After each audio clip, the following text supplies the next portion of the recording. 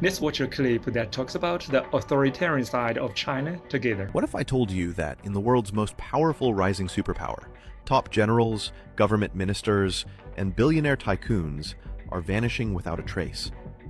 This isn't a spy movie. This is happening right now in Xi Jinping's China.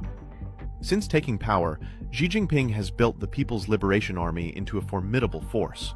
But behind the scenes, a silent purge is underway. Nearly 1 in 5 of the generals he personally promoted have been investigated or have simply disappeared. For comparison, his 2 predecessors, Jiang Zemin and Hu Jintao, didn't oust a single general they promoted. Take General He Weidong, the second most powerful man in the entire Chinese military. One day he's a trusted member of Xi's inner circle. The next, he's a ghost. Former Defense Minister Li Shangfu vanished for 2 months before being officially sacked. Foreign Minister Qin Gang disappeared from public view and was replaced. And it's not just the military and political elite. Remember Jack Ma, the charismatic founder of Alibaba? He publicly criticized China's financial system in 2020 and then vanished for months. Other billionaires have met similar fates, disappearing for weeks or months at a time, often to reappear and toe the party line. So how does the Chinese Communist Party make people disappear? It's a masterclass in subtlety. They don't show up to key events. Their names are scrubbed from official documents. They are erased from the public record.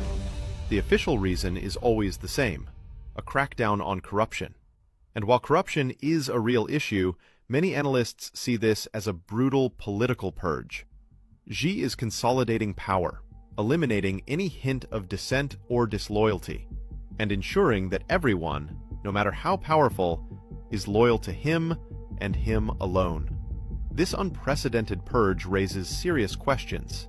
Is this a sign of Xi's absolute strength, or a symptom of deep instability within the regime? And what does it mean for China's military readiness and its ambitions on the world stage? So how do we Chinese people see those high-ranking officials getting arrested or disappeared?